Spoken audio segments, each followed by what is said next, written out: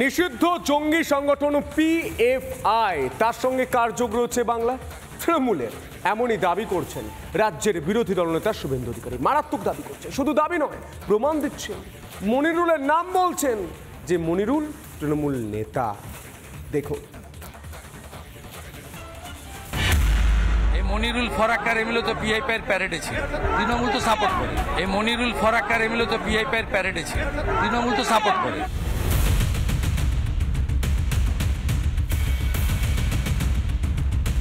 ভারতে নিষিদ্ধ সংগঠন পিএফআই বা পপুলার ফ্রন্ট অফ ইন্ডিয়া। এই পিএফআই কিন্তু বেশ পপুলার তৃণমূলের কাছে। রবিবার এমনই বোমা ফাটিয়েছেন রাজ্যের বিরোধী দলনেতা শুভেন্দু অধিকারী। একবার শুনুন কি বললেন শুভেন্দু অধিকারী। তৃণমূল তো সাপোর্ট করে। এই মনিরুল ফরাক্কার এমএলএ তো পিআইপির প্যারেডে ছিল, আমার বিরুদ্ধে স্লোগান দিচ্ছে। মুসলিম ইউথ অর্গানাইজেশন থেকে লিফলেট বের করেছে। করতে দেন, কোনো আমি সাচ্চা হিন্দু, ভারত মাতার সন্তান, এসব কাজ চলবে না। ফারাক্কা তৃণমূল বিধায়কের সঙ্গে লতায় পাতায় যোগ রয়েছে নিষিদ্ধ জঙ্গি সংগঠনের। শুভেন্দুর অভিযোগ উড়িয়ে দেওয়াও যাচ্ছে না। কেন বলছি? 2022-এর এই ছবি দেখুন। পিএফআই এর সভায় বক্তব্য রাখছেন মনিরুল ইসলাম। স্লোগান ওঠে, আরএসএস এবং হিন্দুত্ববাদীরা নাকি দেশের ক্যান্সার। তৃণমূল আর পিএফআই যোগ স্পষ্ট হচ্ছে এই নিষিদ্ধ জঙ্গি সংগঠনের আরও একটি কথায়। কি বলছেন এই পিএফআই কর্মী? শুনুন। আমরা অ্যাকচুয়ালি এই সম্মেলন করছি এবং এর আগেও প্রোটেস্ট করেছি। আগামী দিনে যদি এনআরসি, সিএ, এনপিআর যদি না প্রত্যাহার করা হয়, তাহলে পপুলার ফ্রন্ট অফ ইন্ডিয়া গোটা ভারতবর্ষব্যাপী রাস্তায় নেমে প্রতিবাদ করবে। এই একই কথা তো বলেন রাজ্যের মুখ্যমন্ত্রী। কে আমরা করছি না, নিঃশর্ত কে অধিকার দিলে দাও, তা নাহলে বিদায় নাও। তাই এনআরসি আমরা করতে দিচ্ছি না, কে আমরা মানি না, নিঃশর্তে করলে করুক, আমার কোনো আপত্তি নেই। যারা দেশের বিরুদ্ধে যুদ্ধ চায়, দেশ বিরোধী কাজ করে, সেই সংগঠনের প্রতি কিসের এত দরদ তৃণমূলের? 2022 সালে পিএফআইকে নিষিদ্ধ ঘোষণা করে কেন্দ্রীয় সরকার। ইউএপিএ আইনে 5 বছরের জন্য সংগঠনটির ওপর নিষেধাজ্ঞা জারি করা হয়। 2020 সালে বেঙ্গালুরু দাঙ্গার নেপথ্যে পিএফআই এর হাত বলে দাবি তদন্তকারীদের। আল কায়দার সঙ্গেও যোগ রয়েছে এই মৌলবাদী সংগঠনের। দেশ জুড়ে এনআইএ অভিযানের পর পপুলার ফ্রন্টকে নিষিদ্ধ ঘোষণা করে কেন্দ্রীয় সরকার। সন্ত্রাস বিরোধী আইনে পিএফআই এর পাশাপাশি আরও 8টি সংগঠনের ওপরেও নিষেধাজ্ঞা জারি করা হয়েছে। তৃণমূল স্পষ্ট করুক যে দলের সাথে এদের কোনো যোগাযোগ আছে কি নেই। আসলে এই সমস্ত সন্ত্রাসবাদী সংগঠনের ওপর ভিত্তি করেই আগামী 26-এর নির্বাচন পেরোতে চাইছে তৃণমূল কংগ্রেস, যা সরাসরি দেশ বিরোধিতার সামিল। 2026 এগিয়ে আসছে, শুভেন্দুদা একটু ঘাবড়ে যাচ্ছেন। উনি হয়তো ভুলে গেছেন যে এসএসপি, পাটনার এসএসপি মনজিৎ সিং ধিল্লন, উনি মনজিৎ সিং ধিল্লন যখন পিএফআই মডিউলটা যখন ক্র্যাক করেছিল, বাস্ট করেছিল, তখন জানা গেল যে বিজেপি আর আরএসএস, মানে বিহারের কথা বলছি, বিজেপির আর আরএসএসের ডিরেক্ট লিঙ্ক আছে পিএফআই সাথে। 26-এর আগে তৃণমূল বিমুখ জনতা, তাই কি তৃণমূলের ভরসা এবার জঙ্গিরা? রিপাবলিক বাংলা। যাদবপুর বিশ্ববিদ্যালয় এখনো বেয়াদবপুরে পরিণত হচ্ছে। টুকরে টুকরে গ্যাং স্লোগান লিখছে আজাদি কাশ্মীরের, এবং তারই বিরোধিতায় এবার পথে নামলো বঙ্গ বিজেপি। হাইকোর্টের অনুমতি নিয়ে রাস্তায় নেমে প্রতিবাদ করলেন রাজ্যের বিরোধী দলনেতা শুভেন্দু অধিকারী সহ বিজেপি কর্মী সমর্থকরা। দেখুন,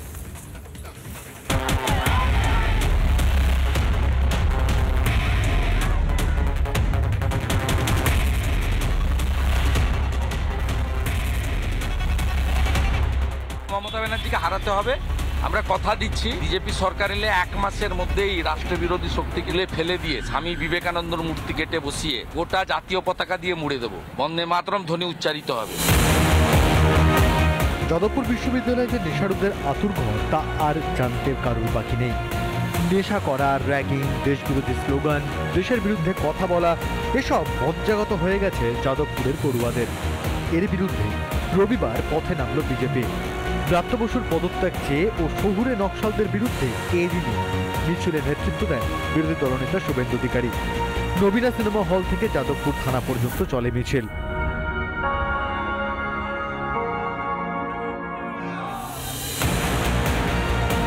বিজেপি নেতাদের প্ল্যাকার্ডে লেখা ছিল, সেকু মাকু মুক্ত হোক যাদবপুর বিশ্ববিদ্যালয়। যাদবপুর বিশ্ববিদ্যালয়ের অন্ধকার দূর করতে হাতে হ্যারিকেন নিয়ে মিছিলে হাঁটেন কৌস্তব বাগচি, ইন্দ্রনীল খায়ের মতো নেতারা। বাংলার মানুষ তারা চান না যে আমাদের রাজ্যের মধ্যেই এইভাবে শহুরের নকশালগুলো মাথা চাড়া দিয়ে বেড়ে উঠুক। বলছেন সরানো হবে, যারা দেশের বিরুদ্ধে, যারা দেশের মাটিতে থেকে আমার তোমার গোটা রিপাবলিক বাংলার দর্শকদের ট্যাক্সের টাকাতে পরে ভারতীয় সুযোগ সুবিধা ভোগ করে, তারা দেশের ক্ষতি করবে, মেনে নেওয়া যাবে না। এই মিছিল থেকে বারবার একটাই বার্তা দেওয়া হচ্ছে, এই শহুরে নকশালদের সরকার। রাজ্যে বিজেপি ক্ষমতায় এলে যাদবপুরে উড়বে জাতীয় পতাকা। মিছিল থেকে হুঙ্কার শুভেন্দু। যাদবপুর থেকে রাষ্ট্রবিরোধী শক্তিকে উৎখাত করব, আর হাকিম সেলিম এই দুজনের যে সেটিং, এই সেটিং ভাঙবো আমরা।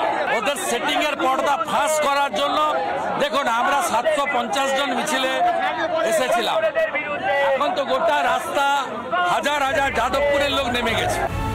এখানেই শেষ নয়, আগামী রবিবার গণকনভেনশনের ডাক দিয়েছে বিজেপি। আমরা বড় করে নামছি। 16 তারিখে আমাদের যাদবপুরে আমরা কনভেনশন করছি এবং ইউনিভার্সিটির ভেতরে না, ইউনিভার্সিটির বাইরে জনমত তৈরি করব। ইউনিভার্সিটির ভিতরের যে কাজটা আমরা এবিভিপি করব। ভারত থেকে যারা পাকিস্তানের বুলি আওড়ায়, যারা দেশ বিরোধী কথা বলতেই অভ্যস্ত, এবার সময় তাদের সমূলে উৎখাত করার। রিপাবলিক বাংলা।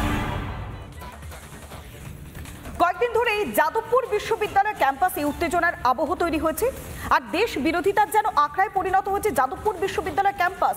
কেননা শুধু সেখানে আমরা দেখতে পাচ্ছি মাওবাদীদের পোস্টার।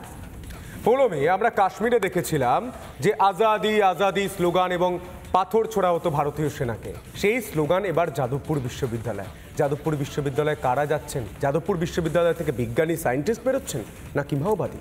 দেখুন।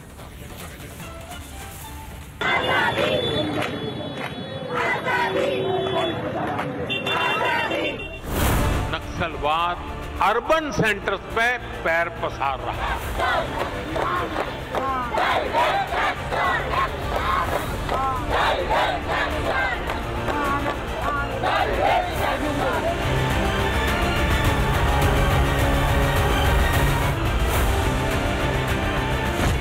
বিশ্ববিদ্যালয়ে নাকি সন্ত্রাসবাদী, মাওবাদী ও বিচ্ছিন্নতাবাদীদের আখড়া বলা মুশকিল। রিপাবলিকের প্লেনারি সামিটে এসে প্রধানমন্ত্রী নরেন্দ্র মোদীর বলা কথাগুলো মনে করুন। नक्सलवाद जंगल से तो साफ हो रहा है, लेकिन अब वो अर्बन सेंटर्स पे पैर पसार रहा है। প্রধানমন্ত্রীর ধারণা যে একেবারেই ভুল নয়, তার জলজ্যান্ত উদাহরণ এই রাজ্যেরই যাদবপুর বিশ্ববিদ্যালয়, যেখানে দেওয়ালে দেওয়ালে লিখে রাখা হয়েছে ভারত বিরোধী স্লোগান।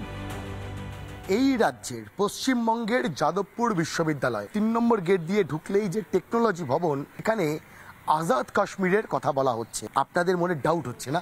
এই দেখুন, এখানে বড় বড় করে লেখা রয়েছে আজাদ কাশ্মীর, ফ্রি প্যালেস্টাইন, লাদাখ, মণিপুর, হাসদেও, যোশীমঠ, দেওচা পাচারি।